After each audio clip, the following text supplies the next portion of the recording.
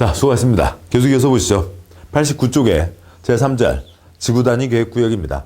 단지를 정하고 도면을 낸다. 도면대로 건축하고 그다음에 이러저러한 것을 완화할 수 있다라고 하는 거였죠. 뭐 어디에 단지를 지정하냐라고 하는 겁니다. 먼저 그러니까 그 위에 있는 표를 보시면 세 가지가 있는데요. 첫 번째, 아래의 그러니까 전부 또는 일부에 지정할 수도 있고 지정하지 않을 수도 있다라고 하는 게 있습니다. 그러니까 아래 대상 지역들이 있어요. 그러니까 여기는 처음에는 좀 까다로우시죠. 왜 그러냐면 이 대상 지역 하나하나들도 아직 선명하게 그림이 잡히지 않은 상태입니다. 근데 그 위에 얹을 수도 있고 얹지 않을 수도 있다라고 하는 거니까 좀 더 복잡해 보이게 느껴지시는 거죠. 뭐 어쩔 수 없습니다. 반복해서 보시는 수밖에 없죠. 대상 지역이 있으니까 단지를 지정하지 않고 그냥 내비둬도 아무 문제가 없습니다. 대상 지역의 일부에만 지정할 수도 있고요. 대상 지역의 전부에 지정할 수도 있습니다. 그러니까 이것을 지정할 수도 있고 전부 또는 일부에 지정할 수도 있고 지정하지 않을 수도 있다라고 하는 거고요. 다음에 두 번째로는 아래 대상 지역이 있는데 거기는 그냥 내비뒀다가는 사람이 살 수가 없습니다.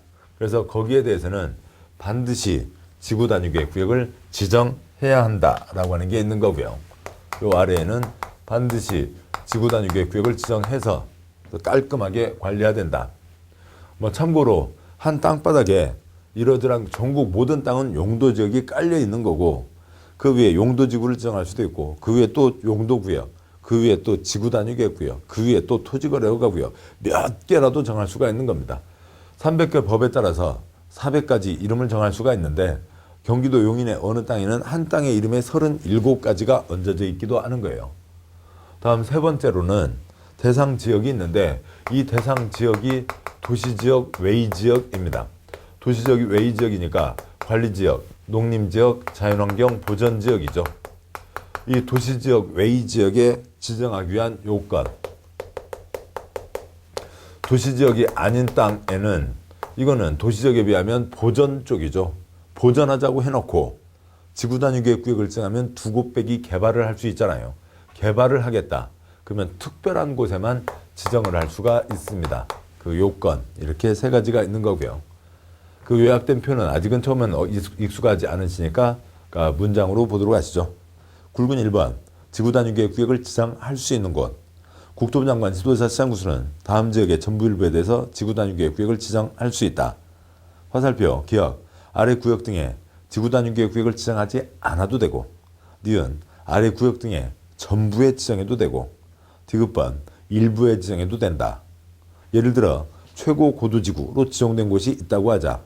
남산 꼭대기 달을 볼 수 있게 하자고요. 그래서 이쪽 그러니까 서울역 쪽에서 봤을 때 서울역 쪽은 앞에 큰 건물이 있으니까 좀 그런가요? 명동 쪽에서 봤을 때 그러니까 어느 정도 높이 이하로 지어라. 최고 고도지구가 있습니다. 그러면 기억번 최고 고도지구 높이 제한을 하고 있으므로 지구단위계획구역을 지정하지 않아도 예를 들면 거기서는 25m 이하로 지어라. 그러면 지구단위계획구역 없어도 단지 따로 지정하지 않아도 25m 넘는 것은 없죠. 목적은 달성됩니다. 그런데 그 명동 쪽에서 바라보는 쪽으로 그 케이블카 타는 그런 쪽이 있잖아요. 그쪽에서 바라보는 쪽에 거기 전체의 지구단위계획구역을 지정하면 그 케이블카 타러 가는데도 좋고 보기도 깔끔하고 남산 꼭대기 달도 보면서 눈앞에 보이는 건물들도 깔끔하고 훨씬 더 좋은 거죠. 아니면 그 일부 디귿번 특별히 손봐야 될 일부에만 정할 수도 있는 거고요. 길가 쪽으로만 하고 저 안쪽은 내비둘 수도 있다. 그런 얘기죠. 이것도 쉽지 않죠. 아무 쉽지 않습니다. 하나씩 가도록 하시죠. 그러니까 첫 번째 용도지구로 정해진 곳이 있습니다. 지금 그런 목적들이죠. 뭐 똑같은 얘기를 계속 반복하게 되는 거예요. 이 각각 내용이 익숙해지셔야 풀리는 거죠. 반복해서 보셔야 풀리는 거지 어느 한 자리를 계속 본다고 해서 풀리는 거 아닙니다. 방화지구를 예를 들어 보죠. 상업지역이면 대부분 방화지구입니다. 방화지구면 소방설비를 5개를 갖춘다. 뭐 그런 예를 들었었죠. 됐습니다. 그렇게 하면 소방설비 5개 있으니까 불이 번지지는 않겠죠. 마구 번지지는 않을 겁니다. 그런데 그 상업지역 방화지구에 거기 단지를 지정해서 큰 길가 쪽만 이쁘게 해도 좋고요. 그 다음에 그 상업지역 전부를 다 이쁘게 해도 좋고요. 그런 뜻들이죠. 그러니까 2번 새로 개발되는 여러 가지 개발 사업을 하겠다는 새로 개발되는 곳들입니다. 그런데 개인들이 개발하는 게 아니라 관청에서 사업을 하겠다는 거죠.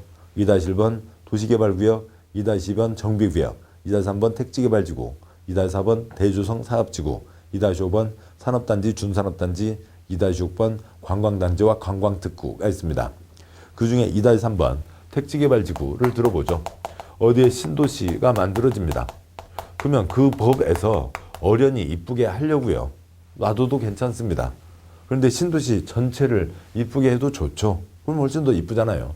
1차 분양하는 흔히 얘기하는 시범단지만 이쁘게 해도 괜찮은 겁니다. 등등등이 있고요. 3번 보전에서 개발로 행위 제한이 완화되는 곳입니다. 왜 그러냐면 이쪽은 그러니까 건폐율 1.5배, 용적률 2배, 그러니까 더 크게 개발하자는 곳이죠. 보전으로 묶여 있는 곳이 아니라 개발로 풀리는 땅입니다. 보전으로 묶여 있다가 개발로 풀렸기 때문에 이제 개인들이 이것저것 건물을 짓는 겁니다. 2번은 그러니까 각종 법에 의한 사업으로 가는 곳이라면 3번은 그러니까 그 땅이 풀려서 개인들이 알아서 이러저러한 개발을 하는 거죠. 어차피 개발을 반상회에서 결정한 거 아니죠. 관청에서 결정을 한 겁니다. 이제 개발들 하시라고 알아서 개발을 하면 되죠. 그런데 새로 개발되는데 거기가 우후죽순 엉망진창으로 개발되고 나중에 아이고 이거 안 좋네 어떻게 하지 하기보다도 처음부터 도면을 내서 가면 훨씬 더 이쁜 동네가 만들어질 거잖아요.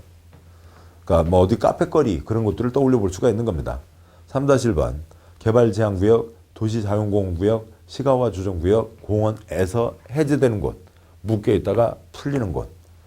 3-2번 녹지지역에서 주거, 상업, 공업지역으로 변경되는 구역과 새로 도시적으로 편입되는 구역. 즉 새로 도시적으로 편입된다는 건 도시적 외지역이었죠. 관농자였다가 도시적으로 변경되는 지역 중 계획적인 개발 관리가 필요한 지역 등을 들 수가 있습니다. 그래서 보전에서 개발로 풀리는 곳에 정할 수 있다. 4번 도시적에서 그 효율적 개발을 도모하자는 곳들이 있는데 4-1, 4-2, 4-3 가지고는 시험 나온 적이 없네요. 5번 기타 세부적인 사항이 있는데 나온 적 없어서 생략합니다. 굵은 2번 지구단위계획을 지정해야 된다. 여기는 그냥 내비뒀다가는 사람이 살 수가 없고 여기는 반드시 지구단위계획으로 지정해야 된다. 국토부 장관 지도자 시장군수는 다음 구역은 지구단위계획으로 지정해야 한다. 단 빼고요. 작은 1번 정비구역, 택지개발지구 시행되는 사업이 끝난 후 10년이 지난 지역. 사업 끝나고 10년이죠. 그 아래 괄호에 있는 지정되고 10년 X 지정되고 10년이 아닙니다. 정비구역, 택지개발지구 지정되고 사업 끝나고 10년이라고요. 정택이 몇 살? 정택이 40이라고요. 정택이 40입니다. 정비구역 지정되고가 아니라 지정되고 10년, 15년, 20년 동안 삽도 못된 사업들을 즐비합니다. 사업이 끝났다고요. 새 단지가 만들어지고 10년. 택지개발지구 신도시가 만들어지고 10년. 10년이면 뭐가 바뀌었어요? 강산이 바뀌었잖아요. 그런데 강산이 다 바뀌었는데 멍하니 있으면 사람들 그 옛날 10년 전에 있었던 그 상황 그대로 계속 생활을 할 수가 있냐고요. 안 되는 거죠. 깔끔하게 손봐야 된다. 그러니까 2-1번 시가와 조정구역 공원에서 해제되는 지역으로 그 면적이 30만 제곱미터 이상인 지역 단 빼고요. 2-2번 녹지지역에서 주거, 상업, 공업지역으로 변경되는 지역으로 그 면적이 30만 제곱미터 이상인 지역이 있습니다. 여기에 비교되는 거죠. 그러니까 시가와 조정구역 공원에서 해제됩니다. 여기에서 풀렸다고요. 그러니까 개발로 가는 거죠. 그런데 덩어리가 얼마요? 30만 제곱미터 이상, 축구장 30개 이상. 그러니까 녹지지역에서 주상공으로 바뀝니다. 다 개발로 풀리는 땅이죠. 그러니까 그런 쪽으로 덩어리가 30만 제곱미터 이상입니다. 개인들 보고 알아서 개발하라고요. 여기는 지정하지 않을 수도 있지만 덩어리가 30만 제곱미터면 축구장 30개, 공법에서 30만 제곱미터, 330만 제곱미터가 자주 나옵니다. 30만 제곱미터, 제대로 된 단지는 30만 제곱미터 이상은 돼야 되고 제대로 된 신도시는 330만 이상은 돼야 된다라고 하는 게 있는 겁니다. 그러면은 여기가 개인이 우후죽순 난개발로 30만 제곱미터면 아유 그 동네 지나가다가 멀미하겠습니다. 30만 제곱미터 이상이면 깔끔하게 손대야 된다라고 하는 거죠. 세 번째요. 도시적 외의 지역의 지구단위 계획구역을 지정하기 위한 요건입니다. 먼저 첫 번째 표를 보시면 지구단위계획 앞에 용도지역, 용도지구, 용도구역이 있죠. 그러면 용도지역 중에서 어디다 할 거냐고요. 도시적 외지역이죠. 관리지역에 계생보가 있잖아요. 주상공록 빼고 계생보 농자 중에서 그래도 지정하기 위한 요건, 지정을 해서 개발을 하는 거잖아요. 개발을 하려면 그 대상 지역이 뭐가 돼야 되냐면 용도지역 중에서는 계획관리지역이어야 되죠. 계생보 농자 중에서 그래도 개발할 수 있는 곳은 주상공, 녹계, 생보농자니까요. 계획관리지역이어야 되고, 두 번째로 용도지구 중에서는 용도지구가 고경미 씨 취재한 거 보시기에 빵 터지네가 있잖아요. 그 중에서도 개발할 수 있는 곳은 개발하자는 개발진흥지구에 지정할 수가 있는 거죠. 도시적 밖에 있는데 관농자인데 그래도 개발하려면 개발 가능성이 있어야 되는 곳에 개발을 할 수가 있어야 되죠. 개발을 하는 거죠. 개발할 수 없는 땅을 우격다짐으로, 그러니까 억지로 개발할 수는 없다고요. 세 번째, 용도구역 중에서는요. 용도구역은 지구단위계획구역을 지정할 수가 없죠. 용도구역은 콘크리트 꿈도 꾸지 마 하는 곳인데, 그러니까 거기에 두 곳 빼기 개발하자는 것을 지정할 수가 없습니다. 지정할 리는 없는 거죠. 그리고 이제 다른 작은 3번으로 용도지구 폐지하고 행위 제한 대체한다라고 하는 게 있는데 몇 가지 사항이고 거기 가서 보도록 하겠습니다. 3-1번 도시적 외지역에 지구단위계획구역을 지정하기 위한 요건. 도시적 외지역을 지구단위계획구로 지정하려면 다음 요건에 해당해야 된다. 1번 지정하는 구역 면적의 반 이상이 계획관리지역으로 일정한 요건에 해당해야 되고, 2번 개발진흥지구로 일정한 요건에 해당해야 되고, 3번 용도지구를 폐지하고 행위제한을 지구단위계획으로 대체하려는 지역에 대해서 한다. 용도지구를 지정했습니다. 뭐 하려고요? 행위제한을 하려고요. 근데 행위제한 내용은 그대로 놔둔 채로 이름만 용도지구가 아니라 이름만 지구단위계획구역으로 바꾼다고요. 주제는 똑같이 가는 겁니다. 그러니까 뭐 큰 차이가 없는 거죠. 뭐 하려고 그런 그러니까 고생을 하는지는 모르겠습니다만 아무튼 그러니까 그렇게 할 수도 있다. 용도지구가 귀찮아 보이고 지구단위계획 단지 도면을 얹어서 하는 게 뭔가 좀 품위가 있다고 생각하는 모양이죠. 아무튼 규제 내용은 똑같이 가는 거니까 아무 차이가 없는 거죠. 규제하는 문서의 표지 껍데기 이름만 바뀌는 겁니다. 3번은 큰 의미가 없습니다. 그러니까 3-2번 계획관리지역에 지구단위계획구역을 지정하기 위한 요건. 계획관리지역은 그래도 관리지역이었잖아요. 관농자인데 지정하려면 동그라미 1번 지정하려는 구역 면적의 50% 이상이 계획관리지역이고 나머지 용도지역은 생산관리, 보전관리일 것. 계획관리가 중심이어야 되고 생산관리, 보전관리까지는 포함할 수 있다. 농자는 손대지 말고 그런 얘기죠. 작은 1번, 작은 2번 생략합니다. 그러니까 작은 동그라미 2번이요. 그 면적이 30만 제곱미터 아니면 10만 제곱미터, 3만 제곱미터 이상은 돼야 됩니다. 30만, 10만, 3만 이상은 돼야 된다라고 하는 거죠. 이쪽을 지우고 내용을 보도록 하시죠. 그러니까 3-2번 계획관리지역이 정하기 위한 요건. 첫 번째, 계획관리가 반 이상이고 생산관리, 보전관리까지를 포함할 수가 있다. 두 번째, 그 면적이 30만, 10만, 3만 이상은 되어야 된다는 거죠. 제대로 된 단지 30만 이상은 돼야 되는 거죠. 동그라미 2-1번 지정하려는 지역에 공동주택, 아파트, 연립주택, 건설계획이 포함되는 경우에는 30만 제곱미터 이상은 돼야 된다. 계획관리지역이었으니까 이러저러한 시설이 많이 없는 상태였죠. 거기에 아파트, 연립주택을 집어넣는데 그러니까 집만 집어넣고 여기서들 알아서 사세요. 어떻게 살아요? 문화시설, 체육시설, 공공시설 이러저러한 시설들이 갖춰져야죠. 제대로 된 단지 30만 이상은 돼야 된다. 그러니까 아래 작은 1, 2번 빼고요. 동그라미 2-2번 지정하는 지역에 공동주택 중 아파트 연립주택, 건설계획이 포함되는 경우로 다음 경우에는 10만 제곱미터 이상만 돼도 지정받을 수 있다. 작은 1번 지구단위계획구역이 수도권의 자연보전권역인 경우. 2번 지구단위계획구역 안에 초등학교 용지를 확보해서 교육청 동의를 얻거나 지구단위계획구역 안 또는 지구단위계획구역부터 통학 가능한 거리에 초등학교가 위치하고 학교 수용이 가능한 경우로 교육청 동의를 받은 경우에는 10만 제곱미터만 돼도 지정할 수가 있다. 그러니까 뭐 수도권의 자연 보전 권역이라고 하는 게 있습니다. 좀 복잡한데요. 아무튼 수도권이 서울, 인천, 경기죠. 서울, 인천, 경기가 있습니다. 자, 그러면은 이게 좀 너무 큰가요? 그러니까 서울이 너무 크게 그려졌네요. 그러니까 수도권이 있으면, 그러니까 이 중에서요. 그러니까 이쪽에 그러니까 북한강 들어오고, 그다음에 남한강 들어오는, 그러니까 이쪽 자리들은 그러니까 자연 보전 권역.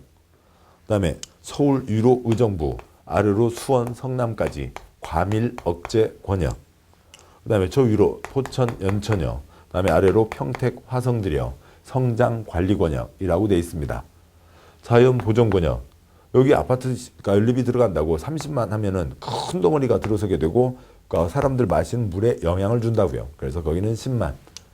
아니면 시설 중에 학교가 가장 중요한데 학교가 준비되어 있으면 여유가 있으면 10만만 돼도 지정받을 수 있다. 동그라미 2-3번 아파트 연립주택 건설 계획이 포함되지 않는 경우에는 3만 제곱미터 이상은 돼야 된다. 대표적인 예로 공장과 물류창고를 떠올려 보자고요. 공장과 물류창고 앞에 뭐 여기와 같은 문화시설, 체육시설, 공공시설, 업무시설 그런 것들 필요 없죠. 그냥 트럭만 들어갔다 나왔다 하면 되잖아요. 아파트 연립 들어가면 30만이 기본이고 10만은 예외인 거죠. 아파트 연립 아닌 공장, 물류창고는 3만 이상만 돼도 지정받을 수 있다. 동그라미 3번, 4번요. 동그라미 3번. 해당 지역에 도로, 수도, 다음에 하수도 등 기반시설을 공급할 수 있어야 되고 동그라미 4번. 자연환경, 경관, 미관을 해치지 않고 문화재 훼손 우려가 없을 것. 두 곳빼기 개발을 하는 거죠. 따라서 기반시설 모자라면 안 되고 주변 환경을 훼손해서도 안 되고 환경과 조화를 이루어야 된다. 개발할 때 기반시설 갖추고 환경과 조화를 이루어야 된다라고 하는 것들은 공법의 기본 흐름이 됩니다. 계속 반복해서 나올 거예요. 그리고 이쪽 10만 갖고 이 예외는 복잡하잖아요. 지문 하나를 만들려도 얘기가 길어지는 겁니다. 그래서 아파트 연립 30만, 30만, 10만, 3만. 아파트 연립 30만, 공장 물류창고 3만. 그거면 됐죠. 3-3번. 이제 개발진흥지구에 지정하려고 합니다. 개발진흥지구에 지정하려고 하는데 그러니까 3-3번. 개발진흥지구에 지정하기 위한 요건 동그라미 1번 빼고 동그라미 2, 3, 4는 똑같습니다. 그러니까 먼저 문장 보시면 동그라미 1번은 곧 설명드릴 거고요. 다음 쪽에 보시면 동그라미 2, 3, 4 30만, 10만, 3만에 뭐 틀렸다는 게 아니라 시험 나오지 않는다는 거였고요. 나오지 않았다는 거고요. 3번 기반시설 환경은 똑같이 가게 됩니다. 그런데 다시 92쪽 와서요. 개발진흥지구에 지구단위계획을 지정하려면 그 개발진흥지구가 특정한 용도지역 위에 얹어 있어야 됩니다. 이게 어려워요. 복잡합니다. 왜 그러냐면 아까도 말씀드렸듯이 경기도 용인의 어느 땅에는 한 필지에 37가지 이름이 붙어 있기도 하지만 지금 여기는 한 땅에 한 필지에 3개의 이름이 붙는 겁니다. 우와, 그것도 어려워요. 우리한테는 그것도 어려운 겁니다. 왜냐하면 37개 이름 붙어 있는 그 땅 할아버지는 그러면 그 땅에서 뭘 이용할 수 있을까? 그 37개 법을 다 공부하시면서 그래서 욕을 해야지 하실까요? 그냥 내비도 그냥 농사 짓고 계시잖아요. 그냥 편히 계시는 거죠. 거기 6개 공법 공부하는 우리도 이렇게 죽겠는데 그러니까 그 37개 법을 할아버지가 어떻게 아들, 손자, 며느리 다 나누어서 공부해도 그거 뭐 우리 시험보다도 훨씬 더 어려운 공부가 될 겁니다. 그냥 농사 짓고 마시겠죠. 우리는 3가지가 붙어 있는데 그거 공부하는 게 쉽지 않은 거죠. 아무튼 문장 읽고 설명드리죠. 92쪽에 3-3번의 동그라미 1번. 해당 개발진흥지구가 다음 용도지역에 위치하고 있을 것. 1번 주거개발진흥지구. 복합과 특정 개발진흥지구는 계획관리지역에 있어야 되고 2번 산업유통개발진흥지구는 그러니까 복합개발진흥지구는 계획관리지역, 생산관리지역, 농림지역 위에 있어야 되고 3번 관광휴양개발진흥지구는 도시지역 외지역에 있어야 됩니다. 93쪽에 그 아까 말씀드렸던 과밀억제권역, 성장관리권역, 자연보전권역, 수도권 그림이 있는 거였고요. 지금 보신 이 동그라미 1번에 대한 해설이 깁니다. 그거에 대해서 보도록 하시죠. 그 94쪽 위에 있는 표입니다. 어렵습니다. 한 땅에 이름이 세 가지가 붙는 거예요. 어렵습니다. 그러니까 그리고 이것 갖고 시험 문제 나온 거 딱 지문 2번밖에 없어요. 그래서 너무 애쓰지는 마시자고요. 뭐 그러더라도 설명은 설명대로 가고 한 3번, 4번 다른 것들이 다 익숙해지시면 그 다음에는 큰 어려움은 좀 줄어듭니다만 그래도 외우시는 건 좀 고생이십니다. 처음에는 어렵습니다. 94쪽 제일 위에 있는 표를 보시죠. 제일 위에 있는 표요. 대한민국 모든 땅은 순서를 잘 보세요. 지금 세 가지 색깔로 나눠서 갈 겁니다. 대한민국 모든 땅은 용도 지역이 정해져 있습니다. 그러니까 주거지역, 상업지역, 공업지역, 녹지지역, 그러니까 계획관리지역, 생산관리지역, 보전관리지역, 농림지역, 자연환경보전지역이 있죠. 대한민국 모든 땅은 4가지, 9가지, 21가지 용도지역으로 구분되어 있다. 그거 아시죠? 됐습니다. 그러니까 이것저것이 겹쳐지는 건 나중 문제고 하나는 알고 계신다고요. 종합이 어려운 거고 종합은 시간으로 해결하자고요. 횟수로 해결을 하시자고요. 다음에 2번째, 개발진흥지구가 있습니다. 개발진흥지구는 필요하면 우리나라 땅 어디라도 정할 수가 있는 거죠. 개발진흥지구에 주산관복특 있습니다. 주거개발진흥지구, 산업유통개발진흥지구, 관광휴양개발진흥지구, 그 다음에 복합개발진흥지구, 특정개발진흥지구들이 있고 걔네들은 필요하면 우리나라 땅 어디라도 지정할 수 있죠. 아까 어디에는 지정하지 못한다. 그런 얘기 없었습니다.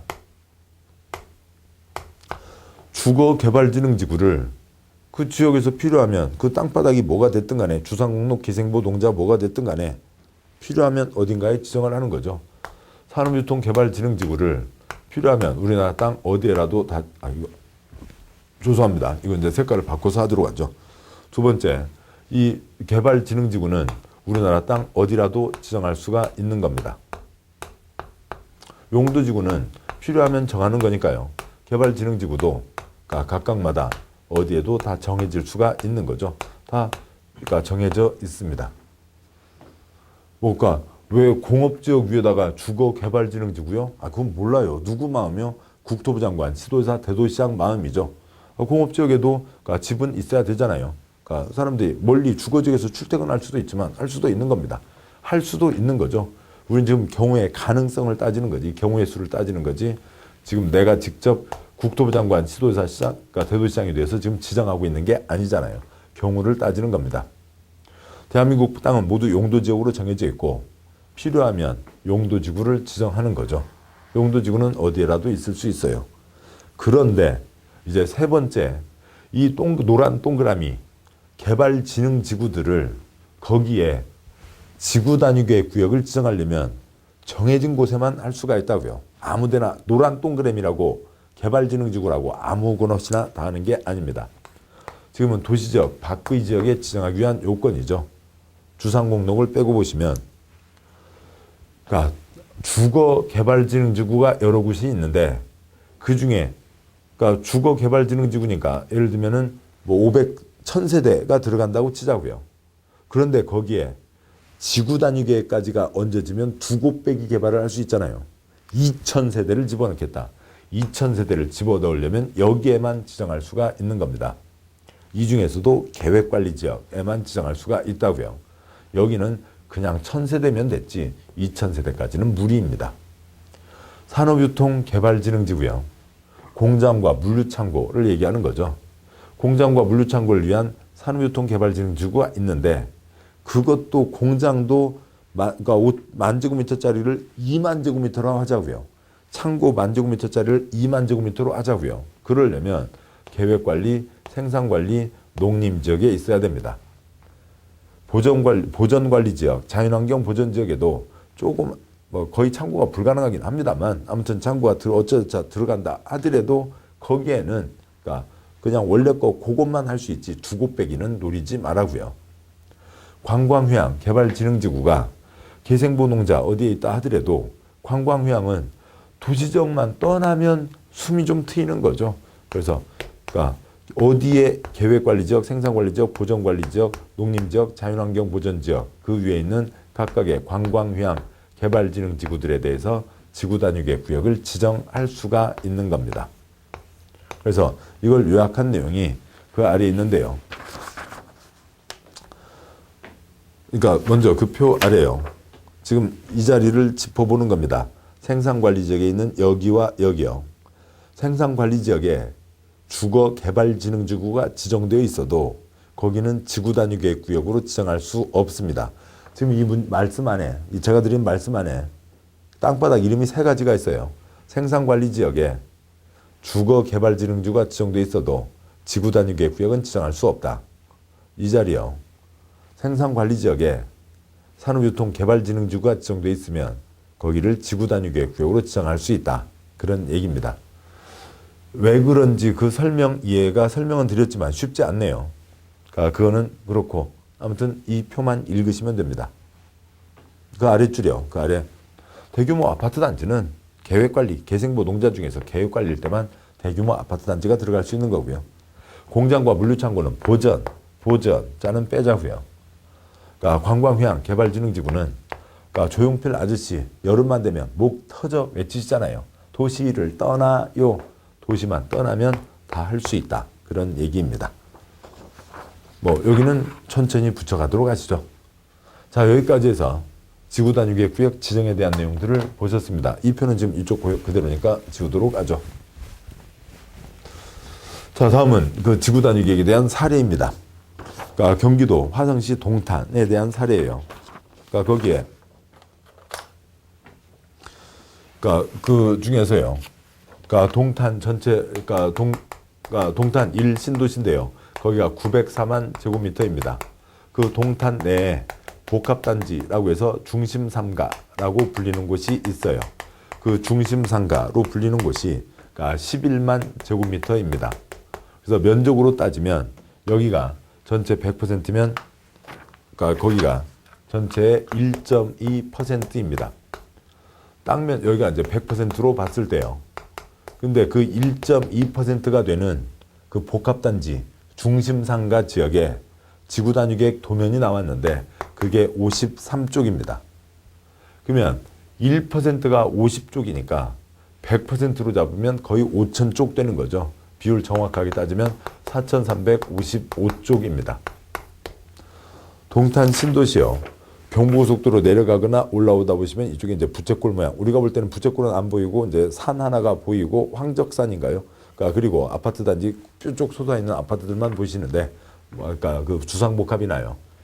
그 중에 여기 안에 가운데 조그만 네모를 조금 시범단지 옆에 조그맣게 그 한 부채꼴 모양의 블럭이 있거든요. 거기가 53쪽이라고요. 면적 1%가 53쪽. 동탄 신도시가 만들어지는데, 그러니까 관청에서 땅을 다 수용해서 택지를 만들고 다음에 건설회사에 팔았죠. 그러면 건설회사가 그 땅을 사서 아파트를 지었는데 짓고 싶은 대로 지 맘대로 지은 게 아니라고요. 비율로 실제로는 5,000쪽은 아닙니다만 비율로 따져서 여기 전체에 5,000쪽 책을 낸 겁니다.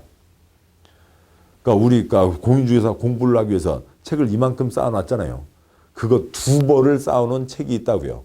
또 도면에 대한 책이니까 책 면도 이것보다 훨씬 더 큰 걸로 2벌 5,000쪽 책이 있는 겁니다. 그것에 따라서 동탄 신도시가 만들어져 있는 거지 건설업자들이 자기 마음대로 만든 게 아닌 겁니다. 단지를 지정하고 단지에 대한 도면을 낸 거죠. 요 가운데 이제 뭐 참 잡기가 쉽지 않습니다만 가운데 이게 검게 표시된 부채꼴 모양 보일 겁니다. 그게 다음 쪽에 있는 그 거기를 확대한 게 이거고요. 여기에 있는 지금 그 알파벳 번호들이 있는데 그건 이제 그러니까 그림이 계속 이제 그 화일로 옮겨져 가면서 그림 글자는 그 숫자들은 빠져 있습니다. 그러니까 뒤에 내용 보시면 되고요. 지금 여기 이 모양이 이렇게 있고 여기에 중심 큰 도로가 흘러가고 있고 여기에 또 한 블럭이 있죠. 그렇게 해서 번호로 따지면 그러니까 뭐 1, 2, 3, 4, 5 5개 블럭이 되는 겁니다. 이게 11만 제곱미터 축구장 11개 크기예요. 자, 그런데 여기가 그러니까 특별계획구역으로 정해진 곳이고 여기 전체 도면이 53쪽입니다. 지구단위계획에는 뭐는 포함해야 된다고요? 기거는 포함해야 되죠. 그래서 1번 기반시설 배치와 규모에 대한 결정조서 96쪽 와서요. 그래서 여기 요 블럭에 도로, 그 다음에 공원을 어떻게 한다. 그러니까 2번, 그러니까 건축물, 용도, 건폐율, 용적률 등, 그러니까 건축물 등에 대한 결정 조서가 있는 겁니다. 그래서 보시면 한 장 넘어가서 보시면 97쪽에 그러니까 블럭들이 있는데, 그러니까 111, 그러니까 112, 113, 그다음에 121, 그다음에 122 다섯 개 블럭이 있는 거죠. 이 블럭에 대해서 이 113 블럭에는 뭘 집어넣으라고 되어 있냐면 용도에서요. 숙박시설, 호텔을 지으라고 되어 있죠. 어느 사람이 돈이 좀 생겼습니다. 동탄 신도시에 땅 사서 뭔가를 하고 싶어요. 그래서 이 땅을 샀어요. 그분은 역시 돈텔마마 나이트클럽 한번 지어보는 게 할아버지의 유언이었고 아버지의 유언이었고 그 이제 따님 때 와서 이제 돈텔마마 나이트클럽을 지어보려고 합니다. 나이트클럽 지어요? 못 지어요? 못 짓죠. 호텔을 짓고 호텔에 지하층이나 1층, 지하층에다가 나이트클럽을 끼워 넣을 수는 있지 모르지만 여기는 뭘 지으라고 되어 있어요? 호텔을 지으라고 되어 있는 거죠. 111에는 정해진 것 중에서만 골라 지어야 되고 112에는 정해진 것 중에서만 골라 지어야 되고 이런 식으로 어떤 걸 지을 건지 그 각각마다 건폐율 용적률은 얼마고 높이는 어떻게 하고 심지어 뭐까지 있냐면 다음 98쪽 보시면 형태 중에 외관, 너비 20m 이상 도로에 접한 건축물은 이들 도로면에 면한 1층 전면 외벽면의 2분의 1 이상을 투시벽 또는 투시형 셔터로 처리하라 라고 하는 게 있습니다. 이 중심도로가 이게 20m 이상은 됩니다. 그러면 이쪽에 있는 가게들은 1층에 가끔 상가들 중에 이런 거 있잖아요. 이렇게 쭉 내리면 쭉 내려오는 셔터 있잖아요. 막 적적쭉쭉쭉쭉 접혀 올라가는요. 그걸해서 깜깜하게 해놓지 말라고요. 밤에 지나가는 사람 답답하다고요. 외국인 관광객들 답답하다고요. 지방에서 온 사람들 답답하다고요. 투시벽. 그래서 그러니까 유리창으로 되어 있는 그 쇼 윈도우가 있는 거죠. 지나가다 보면 아가씨들 이렇게 옷 입고 서 있잖아요. 그래서 아가씨들 이렇게 그러니까 서 있습니다. 그렇게 돼 있으라고요. 불 켜놓고요. 아니면 투시형 셔터, 그 쇠파이프로 된 셔터 있잖아요. 그런 걸로 내려서 도둑놈 들어오는 건 막지만 지나가는 사람들 답답하지 않게 하라. 그것까지도 정하고 있어요. 그러니까 이 단지에서는 이 도면대로만 지어라. 도면에서 시시콜콜 세부적인 걸 정하고 있는 겁니다. 그게 53쪽이 되는 거죠.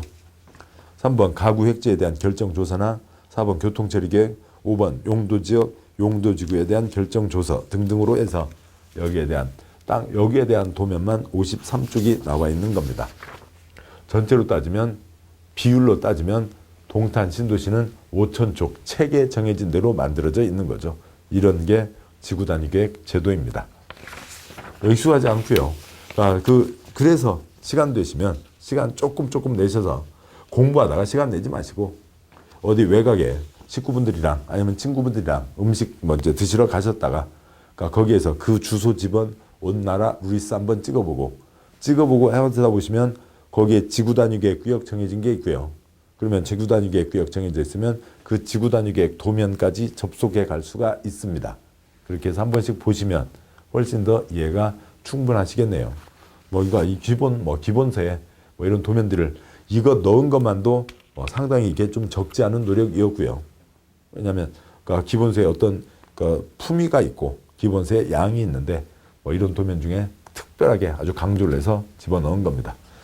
여기까지 해서 지구단위계획 제도를 보셨는데 결론요. 농지법까지 어디서라도 지구단위계획 구역 얘기는 나옵니다. 단지를 지정하고 3년 안에 도면을 내야 됩니다. 도면이 나오면 개인은 그 도면에 정해진 대로 건축하고 도면에 정해진 대로 용도 변경을 해야 되는 거고요. 관청에서 도면을 내니까 단지 전체에 대한 도면을 내니까 더 여러 가지가 들어가도 더 크게 지어도 충분하게 소화할 수 있습니다. 지구단위계획 얘기가 나왔을 때 이 그림이 떠올리시면 성공입니다. 그러면은 또 그 자들을 이해하시는데 훨씬 큰 도움이 되시겠죠. 자, 고생하셨고 여기까지 오셨고 잠깐 쉬고 또 다음 뒷 내용들 계속 이어서 보도록 하시죠. 수고하셨습니다.